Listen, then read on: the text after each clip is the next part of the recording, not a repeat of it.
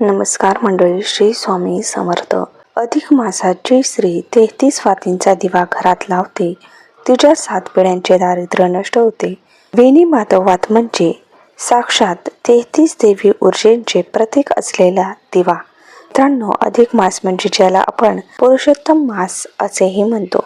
या मासात 33 वातीचे गुंफन करून लावलेला दिवा म्हणजे एक फक्त देवाची पूजा नव्हे तर साक्षात भगवान विष्णू आणि माता लक्ष्मीला घरात आमंत्रण देण्याचा हा मार्ग आहे.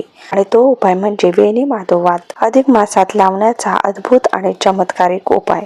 अनेकांना या वातीबद्दल थोडाफार माहिती असेल, पण तिच्या मागचं खरं रहस्य, पौराणिक महत्त्व, आध्यात्मिक शक्ती आणि अधिक मासाशी असलेलं नातं फार कमी लोकांना माहीत असतं. कारण यात सांगितलेली माहिती तुमच्या घरात सुख, समृद्धी, शांती, स्थिर लक्ष्मी आणू शकते.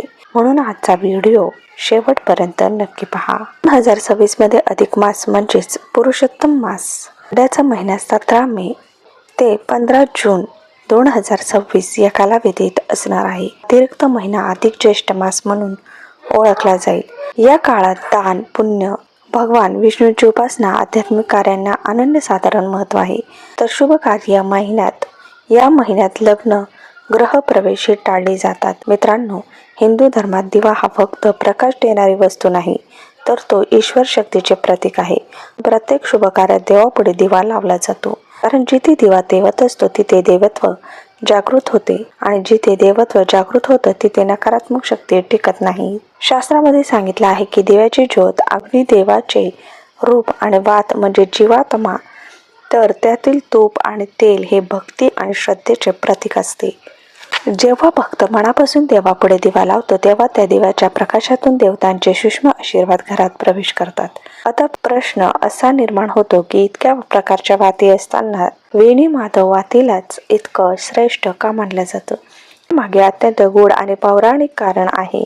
वेणी माधव वात साधी वात नसते, ती तब्बल 33 फुलवाती एकत्र गुंफून तयार केली जाते. आणि हा आकडा हिंदू धर्मात अत्यंत पवित्र मानला जातो.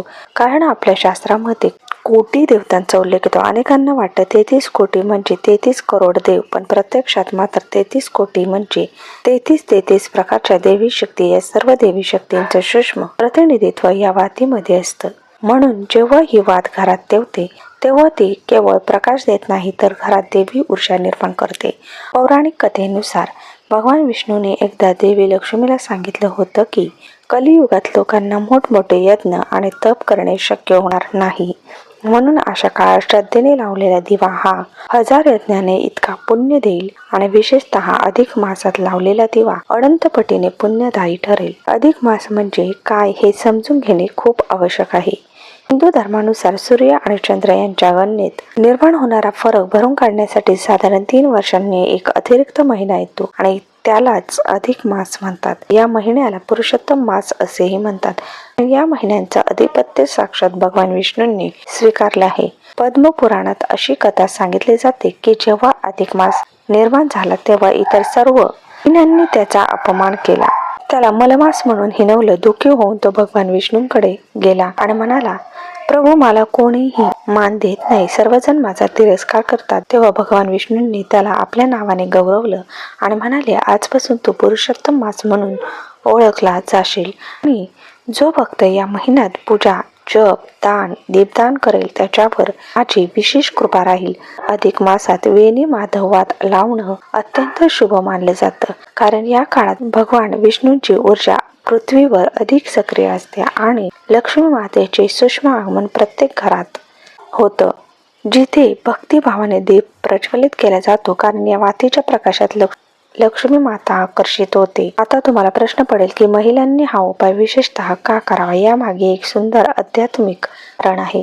स्त्रीला हिंदू धर्मात गृहलक्ष्मी मानले गेले आहे. तिच्या हाताने केलेली पूजा, तिच्या मनातील भावना आणि तिच्या प्रार्थना थेट देवापर्यंत पोहोचतात. म्हणून जेव्हा घरातील स्त्री अधिक मासात मनोभावे वेणी माधव वात लावते तेव्हा त्या घरात लक्ष्मी स्थिर वास्तव्य निर्माण होतं. लक्ष्मी चंचल आहे असं म्हटलं जातं, पण ज्या घरात स्त्री भक्तिभावाने दीप लावते, विष्णूंचं नामस्मरण करते, तिथे लक्ष्मी स्थिर होतेच. कारण जिथे विष्णू तिथे लक्ष्मी. काही ठिकाणी अशी श्रद्धा आहे की वेणी माधव वात लावताना जर स्त्रीने मनोभावे संकल्प केला की प्रभू माझ्या घरात सुख शांती समृद्धी समाधान राहून दे, तर त्या घरातील आर्थिक संकट हळूहळू दूर होऊ लागतात. आता जाणून घेऊया वेणी माधव या नावामागचं रहस्य. प्रयागराज येथे गंगा, यमुना आणि सरस्वती या 3 नद्यांचा त्रिवेणी संगम आहे आणि या पवित्र स्थळी भगवान वेणी माधवच प्राचीन स्थान आहे. अनेक पुराणांमध्ये वर्णन येतं की भगवान विष्णू या क्षेत्रात लक्ष्मीसह सदैव वास करतात. म्हणून प्रयागराजला तीर्थराज असं म्हटलं जातं. असं मानलं जातं की त्रिवेणी संगमावर स्नान केल्याने जन्मजन्माची पापं नष्ट होतात. पण प्रत्येकाला प्रयागराजला जाणं शक्य नसतं, म्हणून शास्त्रांनी घरात वेणी माधव वात लावण्याचा उपाय सांगितला. कारण या वातीमध्ये त्रिवेणी संगमाचं प्रतीक मानले जातं. 3 नद्यांचा संगम जसा पवित्र तसंच वातीतील 33 वातींचं एकत्र तेज अत्यंत महाशक्तिशाली मानले जातं. संध्याकाळी सूर्यास्तानंतर स्नान करून स्वच्छ वस्त्र परिधान करावीत. देवघर स्वच्छ करावं. पितळ किंवा चांदीच्या समईत साजूक तुपाचा दिवा लावावा. वेणी माधव वात तुपात पूर्ण भिजवून मगच प्रज्वलित करावी. वात लावताना मनात विष्णू आणि लक्ष्मीचा ध्यास घ्यावा. शक्य असल्यास विष्णू सहस्रनाम आणि ओम नमो भगवते वासुदेवाय नमः या मंत्राचा जप करावा. ज्या घरात अधिक मासात रोज दिवा तेवत असतो त्या घरात वास्तुदोष कमी होतात असंही अनेक ज्योतिष आणि धर्मग्रंथामध्ये सांगितलं आहे. घरातील सततची भांडणं, मानसिक तणाव, आर्थिक अडचणी आणि नकारात्मक ऊर्जा हळूहळू कमी होऊ शकतात.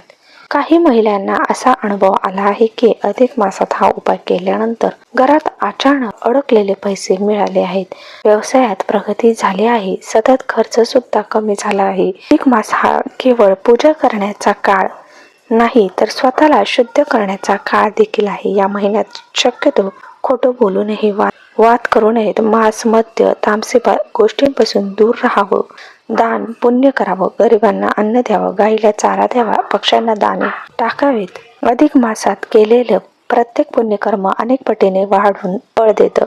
म्हणूनच म्हणतात अधिक मासात केलेलं दीपदान जन्मजन्मीच कल्याण करतं. मित्रांनो, हा उपाय तुमच्या घरात सुख, समृद्धी, भरभराट घेऊन येईल. फक्त श्रद्धेने हा उपाय अधिक मासात नक्की करा आणि व्हिडिओ कसा वाटला कमेंटद्वारे नक्की कळवा. धन्यवाद.